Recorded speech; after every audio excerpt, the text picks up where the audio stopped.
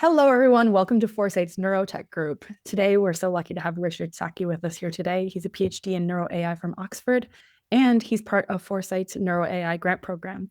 And today, he'll be explaining a bit more about what that work entails. So thank you so much, Richard, for joining us. Really excited for this talk. Yeah, thanks a lot for the invitation. It's a privilege to be here and to be able to do this work. It was a lot of fun, and I'm going to tell you all about it. Yeah, so I'm going to talk about how to scale next brain token prediction, specifically for MEG data, and also why this could be a path towards brain-grounded AI for frontier AI systems. I divided this into 3 acts, so I want to go quite deeply into the motivation behind this. Why build brain foundation models at all? I think that's very important. Act 2 will be about the method, so about the models I developed and how they work, etc., which is basically tokenize the data, train a transformer, and then evaluate generation. And Act 3 will be about results and also going deeper into where this could go next. Because to be frank, this is a relatively small scale research project, and it could enable much more interesting work in the future. I'm not sure how you usually do this, but I would be happy to take any questions during the presentation. I think that makes more sense because it's quite long and you may forget the question by the time I get to the end. So Act 1, the motivation. Internet scale next-door prediction is amazing, as we all know, but it's not human grounded. Human priors are missing from these models, and this shows up in various failure modes that they still possess. One important consideration is alignment and interpretability. Even though I try a lot of the frontier models, I often find that they fail in non-human-like ways, which is quite annoying because it's hard to tell or hard to know what they're good at, what they're not good at. They're not very aligned with our ways of thinking. And here, the access to the hidden state of behavior, which is brain data, could help with this. Another big issue is efficiency. These models are crazy huge, take a crazy amount of energy to run. And maybe that's also a point with which brain data could help, because having access to these privileged latents could improve sample efficiency, both in training and in inference. Finally, having brain tokens in the loop can become a new interface between perception, cognition, and action. So this is my core motivation.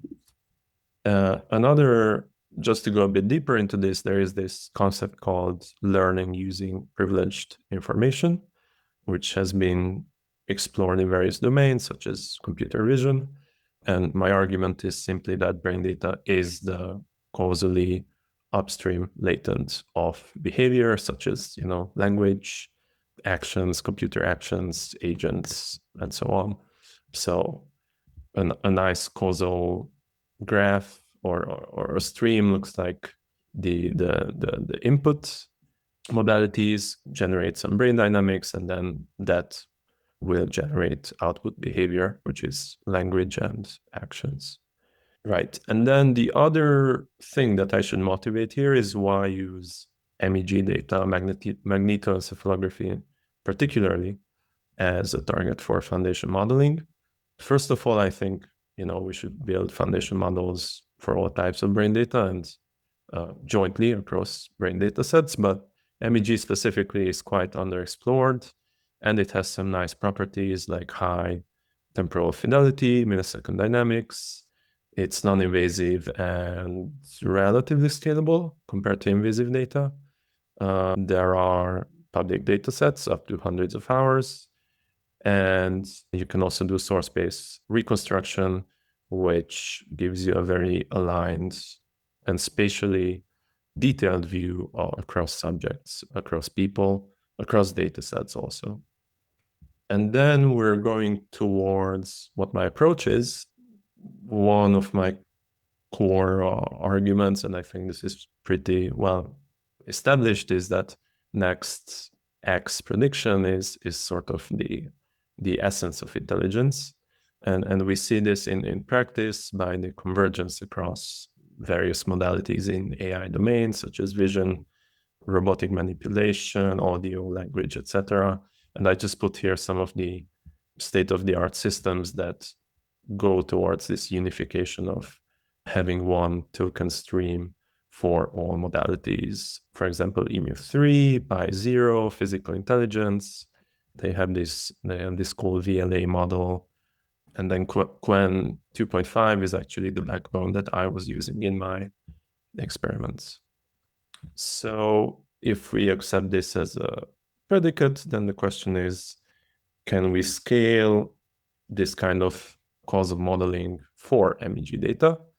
And it's important to mention scaling with respect to what? First of all, data amount and data diversity. So across different data sets and scanners, as well as the length of the context, the input that the model is able to condition on, and evaluating in difficult out-of-domain open loop generation, just how LLMs are evaluated in across, frontier math or physics exams. So yeah, the core issues here or the challenges are heterogeneity across datasets and tasks, the fact that the particular representation of MEG is high dimensional, very noisy, multi-channel continuous signals. This is quite different from other AI domains. And the evaluation is also poses a challenge because it's hard to tell what good generation means for brain data. These signals are not very interpretable beyond certain high level or abstract features. And according to this, I was guided, or I formulated 5 desiderata for my modeling approach. First, it should be this token-based autoregressive paradigm without using any auxiliary information, meaning no conditioning, no task embeddings, no subject embeddings, nothing else, just the raw brain data. Second, it should be conditionally specific to the input prompt, where the prompt just means the brain data of a specific session. This is important. This is what we expect from LLMs. They shouldn't just generate nice language. They should generate language that is specific to the question that we ask. So we should, or I wanted to enforce this or to require this from the brain model as well. It should be able to ingest long context, up to minutes, and it should generate stable, the generation should be stable across minutes and stay on manifold, which I'll detail later what that means. Finally, the architecture should be efficient and scalable, because otherwise we won't be able to scale to hundreds, thousands of hours of data. And this is the approach that I'll describe here.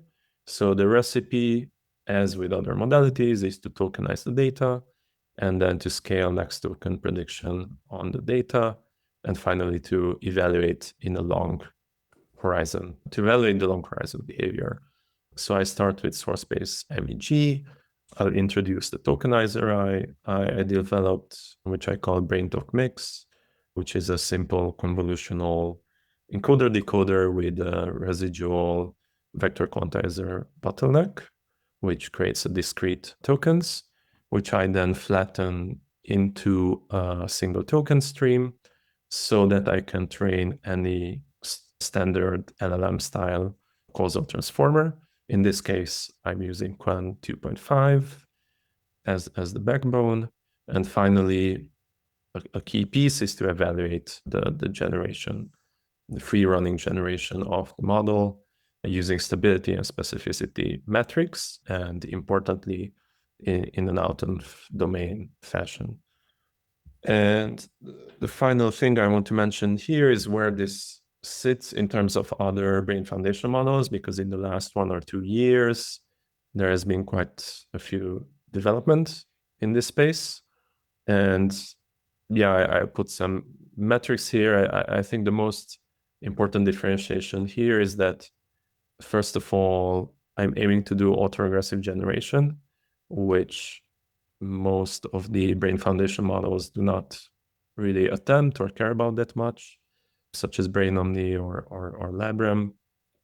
And I'm really stress testing the length of the context and the length of the open loop generation in an out of domain fashion using a held out dataset, which is, again, something that just hasn't really been attempted before. So with that, I'll present the methods.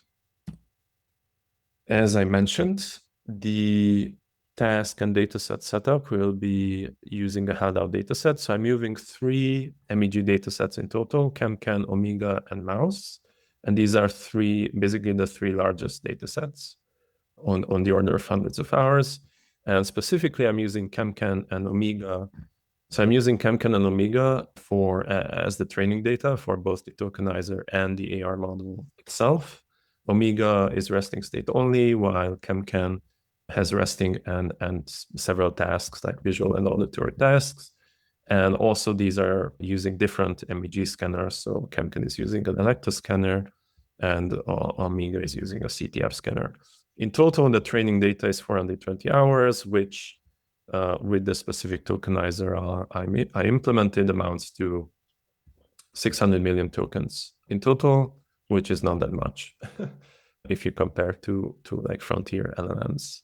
And the mouse dataset, which also has resting and various tasks specifically related to language, I'll use for testing and validation. In total, 140 hours. So this is completely out of domain, both in terms of dataset and task types. I see a raised hand, so please. Yeah, just a quick question. Why not just pull out a little bit from each for your test and validation? Why do you use a entirely separate data set for your test and validation? Because basically this is the hardest or most stringent setup that you can do. And you know, if you want to apply this to a new data set or new type of tasks, then this is what's going to tell you how well that will work. I see. Right. So I'll go through quickly what I did with the data. So we have the MEG sensors. I do simple preprocessing like filtering. Actually, I don't do ICA. I should have removed that. Some quality control. And then I do source reconstruction. And finally, I end up with 68 ROI parcel time series. Why go to source space? Because different scanner and sensor layouts vary. So it will be much easier to do modeling if I have the same 68 parcels for each data set. It also enforces certain spatial inductive biases, and the dimensionality is consistent, as I mentioned. I should also mention that this talk will not go too much into technical details. I wanted to keep it more at the conceptual and result oriented. So that's why I didn't really put pre-processing and other details here. Right. So we have these 68 channel time series. The question is, how should the tokenizer look like? And I formulate 3 core desiderata here, which is to have high compression along time, both temporal and spatial dimensions, and also that it should mix spatial temporal information. It should obviously have low reconstruction error, and also use as small a vocabulary as possible, because the downstream AR model will be much easier to train with a small vocabulary. Importantly, these 3 go against each other. The higher the compression, the higher the reconstruction error. The smaller the vocabulary, the higher the reconstruction error. So it's really a trade-off that has to be struck. And I won't go into too much detail, but I did a lot of experiments in terms of what's the optimal amount of reduction, whether we should reduce temporal or spatial dimensions more, what how the size of the vocabulary affects reconstruction as well as downstream modeling. So that this is really the important part here, right? My tokenizer is based on BrainOmni. They have really developed a very good state-of-the-art tokenizer for both EEG and MEG. It was published in NeurIPS last year. And the main modifications are all simplifications because I didn't really need it to work across EEG and MEG, and I wasn't working in sensor space. They developed a quite involved sensor embedding approach. I didn't really need this because all my data was in the source space. So this is how you go from BrainOmni to BrainTokMix.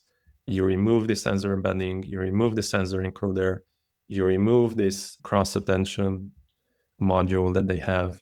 And really all that remains is a causal convolutional encoder, which is based on CNET right here. Then you have an RVQ bottleneck, which creates the discrete tokens. And finally, you have the mirror of the encoder, which is also a CNET convolutional decoder. And then I'm using the same losses that BrainOmni used in order to train this model, which is reconstruction loss as well as a couple other losses in frequency domain, which they showed, and I also noticed that they are important to not just use like the mean squared error, but other types of losses as well. So more concretely, a simple sketch of my model is I have the 68-channel MEG data. I pass it to this convolutional backbone, which mixes channel information. And that's one important difference is that in BrainOmni, their model was channel independent. So this CNET encoder, they use the same exact model for each channel, and then they did channel mixing in this cross-attention module here. Whereas I simplified this by just allowing the channels to mix in the CNET encoder itself. This goes into the RVQ module I use for quantization levels. And what this generates after quantization is discrete tokens. And with my specific setup, I was able to achieve 400 tokens per second. And I should have mentioned that for pre-processing, I resampled to 100 hertz. So if you multiply 100 by 68 channel, that means that per second you have 6,800 values initially. And I reduced this to just 400 with the tokenizer. So it's a quite high, it's about a 16, 17 times compression ratio that I was able to achieve while still keeping reconstruction error relatively good. And again, why use discrete tokens? As I mentioned before, because we can reuse any LLM infrastructure, and it allows for efficient generation and the unified token stream with other modalities later on in the future. And this is just a mathematical notation of the encoder here, which maps to K, which is the vocabulary, K number of different discrete codes, and then that gets reconstructed with the convolutional decoder. Right, so before I go to the transformer model itself, I wanted to show what this 16x reduction looks like on the held out data set. So basically in terms of Pearson correlation, the reconstruction achieves 94%, quite low mean average error. I was using a code book of 16,000, and Perplexity shows that the coverage of the code book is very uniform and the usage is very high, which is good, which is what we want. And finally, these are some summary features of the reconstruction, which show that basically what these numbers show, but more visually, that the reconstruction is good. So the PSD of the reconstruction and the ground truths are basically the same. There is a little bit of high frequency attenuation, as you can see here. And then also if you plot the convariance of the reconstructed and ground truth data, they are very, very similar. So this is just a sanity check that the tokenizer works and the reconstructed data is essentially the same as the ground truth data. there is a question of what is good enough. For example, I tried pushing, like if you take the same approach that I was using here and you reduce the spatial dimension even further, the maximum Pearson correlation I could achieve was around 90%. And that to me seemed like it was affecting downstream performance too much already. So this is a kind of optimal amount of reduction that you can achieve with this architecture and with this vocabulary size. And that's another thing that I noticed in my experiments, that yes, you can increase the vocabulary size, but the effect that it has on reconstruction performance is not that much. So I tried increasing this to 64K, and PCC went up maybe to 95%. So that's really not that useful at the end of the day. What does help is to increase the number of Q, so the number of RVQ levels, because then the quantizer is able to model finer and finer errors and details in the signal. And that helps, for example, with the high frequencies, because those are usually lower amplitudes, as you can see here. But because I'm flattening everything into a single token stream, if you increase the number of RVQ levels, your sequence length increases as well. So it's the same trade-off as increasing or not reducing the temporal and spatial dimensions too much. So it's all a trade-off, and this is what I came up with. All right, so next is the autoregressive model itself. And these are the desiderata that are formulated here. So it should have minute scale context, which means that the attention mechanism should be efficient, because we're talking about tens of thousands of tokens in the context window. So the token stream should be flattened spatiotemporally to allow for full attention mixing. There's a number of ways you can represent spatiotemporal tokens. You can do factorized attention across the spatial and temporal axes separately. You can do channel independent modeling. You can fold the channel dimension into the embedding dimension and predict each time step jointly. But if you do this, so if you use a single token stream, it's the most similar to how visual language models work, and it allows the model during generation to be able to condition on both time steps and previously generated spatial latent tokens. And I'll go more into this. It should be prompt only, so there's no specialized condition embeddings, just as is the case with LLMs. And it should be trained with just a pure next token objective, no other fancy auxiliary losses. Right. So the most important thing here is how the flattening works. We have 3 dimensions. We have space, time, and because I'm using a residual vector quantizer, we have 4 quantizer levels. And for each spatial latent, so after the tokenizer has reduced the dimensionality, I have k latents. And for each one, you just have the time steps 0, 1 up to n, which is also a reduced dimension compared to the original MEG time series.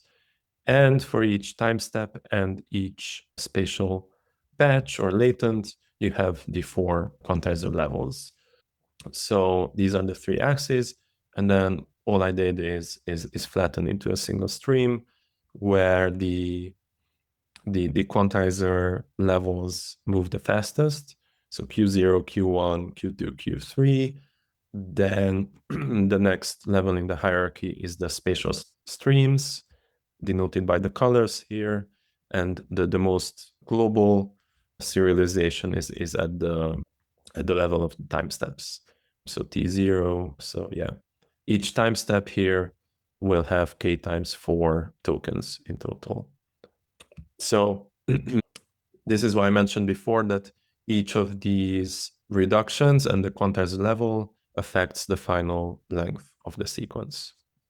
And it's really a trade-off, because you can reduce spatial dimension more, while increasing quantizer levels, or while increasing the temporal, while decreasing the temporal reduction. So there's quite a few ways to achieve the same sequence length, basically.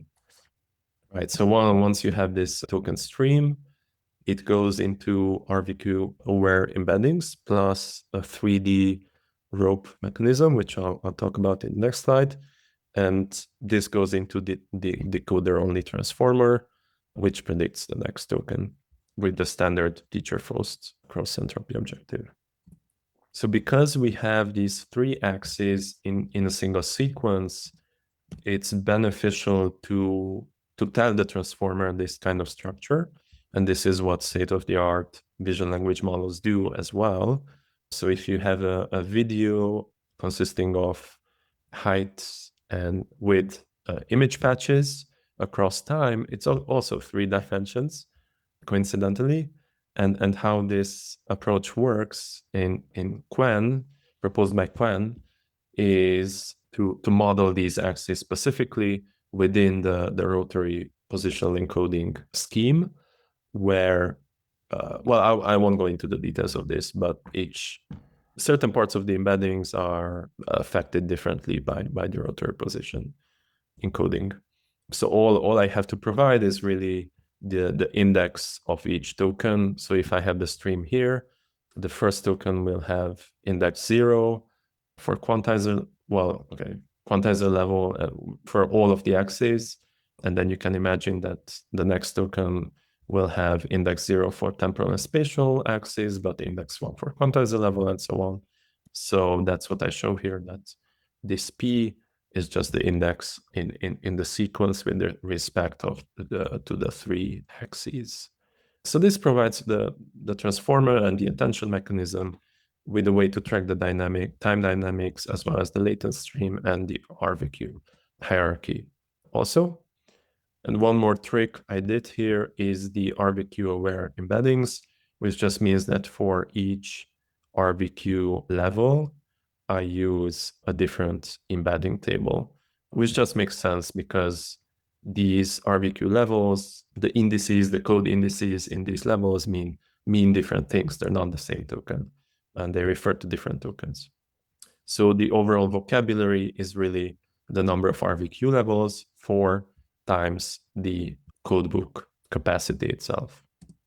And the training objective, as I mentioned, is just the standard cross-entropy, teacher-first cross-entropy loss, which is great because it's the scaling paradigm that worked for language and vision. There's no other labels required, and it supports autoregressive generation.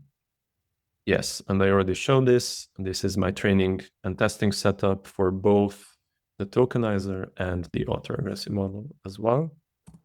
And the final thing that I need to talk about here, which is an important part, is how to evaluate generation, because as I mentioned, it's not very interpretable. So first of all, what can go wrong during generation of brain data? The way this works is you give it some context window, and then you run autoregressive generation for a number of steps. Well, it can drift, which means that the generated samples go off manifold over time. It can collapse, which is the most obvious failure mode. You just get something that is interpretable even by eye. And what's less visually apparent is whether it's conditional to the context, so whether the model makes use of the context. And this is the whole evaluation protocol. So we have a context of 60 seconds, which is the maximum window that I use, which is about 24,000 tokens. I use the sliding window cage approach, and I generate about 4 minutes of open loop rollout, after which the tokenizer decoder is used to map back to the MEG space. And I compute various summary features such as covariance, PSD coherence, and a bunch more. And the 2 main tests I'm looking at is on-manifold stability, where I compare generated sliding windows with real data, and I look whether the envelope overlaps between these two. And the other test is the prompt-specificity, where for different length of prefixes, I look at the divergence of these metrics with respect to the ground truth, and I compare it with swapped controls that are task matched. So first, how does the on-manifold stability look like, which compares generated rollouts to the time resolved distribution of real sliding windows. So you get multiple contexts, you generate multiple continuations, and then here I just compare the distributions with across different metrics. So what this tells me, if there is low drift, then the generation stays within the real distribution as time goes on. If the drift is high, that means that there's some sort of instability or it goes off the distribution. And yeah, I'm tracking the drift as a function of time. And then the test number 2 that I do is the prompt-specificity, which asks the question if does the model generate the correct continuation or does it ignore the context? So how this works is I have a context A, which is my ground truth context, and I have a context B, which is a different subject, but importantly the same task to make it as rigorous as possible. And then I generate a continuation condition on A and on B as well. And these equations show how I compute the distance. So the correct, which is using context A, I compare the summary features, the distance between the summary features with the ground truth continuation. And in the prompt spot case, I compare with the ground truth of A, but I use the generation condition on B. So that's what means that the prompt was swapped, and I measure the distance compared to the original context A continuation. And obviously, this distance should be much higher than the correct continuation. So that's the pass condition, whether the correct distance to ground truth is lower than the swapped distance across metrics and over time as well, which will answer the question of where this breaks or how long can it be sustained. So Act 3, I'm doing quite poorly on time, but I'll go through these quickly. First, some visual analysis, just as a sanity check. So these are on the left generated data and on the right real data. And then the red dashed line denotes the context window here. So after this, everything is just autoregressively generated by the model. And yeah, it's hard to tell which one is which means that the model is doing a good job. And what I really like is that so this is on the order of minutes. And these very sharp spikes here in channel 8 are probably heartbeat artifacts because I didn't use any cleaning for that. And what's cool is that if the model sees that in the input, then it's able to generate the heartbeat artifacts for that channel specifically. So it's not like it's generating it for all channels. So that's great. Visually it looks as good as we could expect. Obviously, this is just a cherry-picked sample. I have hundreds of sessions, and it's also it's a resting state sample.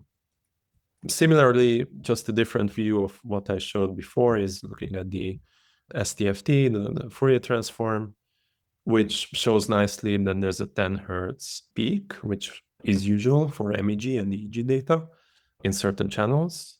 And what you can see here on the left is that the model is able to reproduce this 10 Hertz peak in the channels that contain that peak. So if there's no peak, then it won't generate that peak, which is what we want the model to do. So here already there are some different, and I should mention, we don't expect this model to be phase coherent because that just makes no sense. These dynamics are not phase locked, and any kind of, a lot of different continuations can be valid here. It's not like just the exact ground truth is the correct continuation. So the fact that we don't have the same the same kind of structure in the in the 10 hertz peak, for example, itself does not really mean that the model is bad, because we don't really expect that to happen. It's more we want to consider global or long-term stability and similarity metrics here. Just like with the language model, there's several answers or continuations that the model can generate that are still good. There's not only one good ground truth.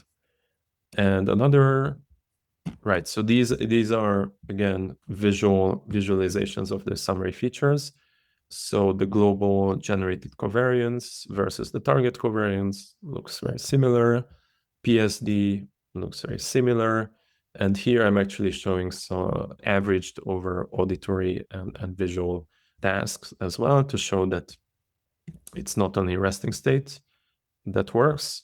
Again, this is a very global overview, and it doesn't really give you an answer of whether the model is using the context. It just tells you that it's generating some sensible looking brain data. So next, on to the main analysis. These plots show the on-manifold stability across a few metrics. And I also compute the summary out-of-envelope rate here, which just shows how much the generated summary feature diverges over time. And you can see that it stays relatively stable, but it does drift across several minutes of autoregressive generation. So in the ideal case, it would stay at 0.1 all the time. Like that's the optimal overlap that you can achieve. So it does drift a little bit over these summary metrics. So I'm looking at some PSD related metrics, band power ratio, etc. Yeah. And this is for resting state. It looks kind of similar for the task sessions as well. And for the second test, which is perhaps even more interesting, is how the summary features, or how much the model relies on the context. And this is here I'm plotting the distance to ground truth in the summary features, where blue is the correct. So this is the continuation of the model, and I'm comparing the distance with the ground truth, whereas all the others are different ways to provide controls. So the red one specifically is the prompt swap that I mentioned before. And as you can see, the distance is higher across these three metrics for across time as well. But the gap does reduce across, as we get to more minutes of autoregressive generation, which is not that surprising. This is a very, very, very hard task. All right, I'm going to skip this. Limitations. I didn't really take into account any stimulus locked evaluation. I just looked at pure autoregressive long horizon generation. It can be done implicitly, even without labels. Obviously, there is some information under, like it's not fully specified if you don't give the condition labels, just the brain data, because the model has no way to tell that the subject is seeing a certain image. I didn't use, or I didn't really do any more baselines on top of this prompt swapping, and that's because there's not really any good baseline models for this in the literature. And yeah, the drift is still not ideal, which just means that, or in my opinion, it just means that more data and better models are needed. This is the first step, obviously. I'm going to skip the learnings as well. The reason, or one future direction that I would like to explore, or I would like the research community to explore, is to really move to the next step, which is to combine brain tokens with all the other modalities. So you can imagine having stimulus tokens, such as based on the images or the auditory data that the subject is experiencing. You have the time-aligned brain tokens, and you also have behavior tokens, depending on the task, which can be things like speech or motor movements. And the idea I'm proposing here is to just interleave these and preserve temporal causality and just feed them into a GPT model, as I did with my brain tokens. into a multimodal model, which would be able then to generate this interleaved token stream. So yeah, inputs language vision, brain tokens as grounding, and outputs can be language or actions. And one important question here is whether brain tokens can reduce the text-only reasoning loops, for example, if you try to reason in brain token space. So that's the end of this talk. The core message is that brain tokenization can scale, that long horizon cross dataset MEG generation is feasible using this token stream recipe, and that conditional specificity is measurable, but it still has some drift. And if you remember one thing, it should be that tokenization plus causal modeling gives a scalable, practical base for brain-grounded multimodal AI. So thanks very much, and I'm happy to answer any questions in the last 5 minutes. I think our first question will be from Huixin. Yeah, sure. So I think I have 2 questions, and I think first, Richard, thank you so much for the talk. And I think my first question is regarding the design choice. And so for this work, actually, I see that you discretize the MEG into some tokens and using the RVQ and like a code book, and you can discretize this MEG into tokens. And so I think my first question is like, can you please elaborate on, so what's the key motivation of doing that? So what's the key motivation of choosing such a discrete tokenization rather than just like learning a continuous latent embedding sequence?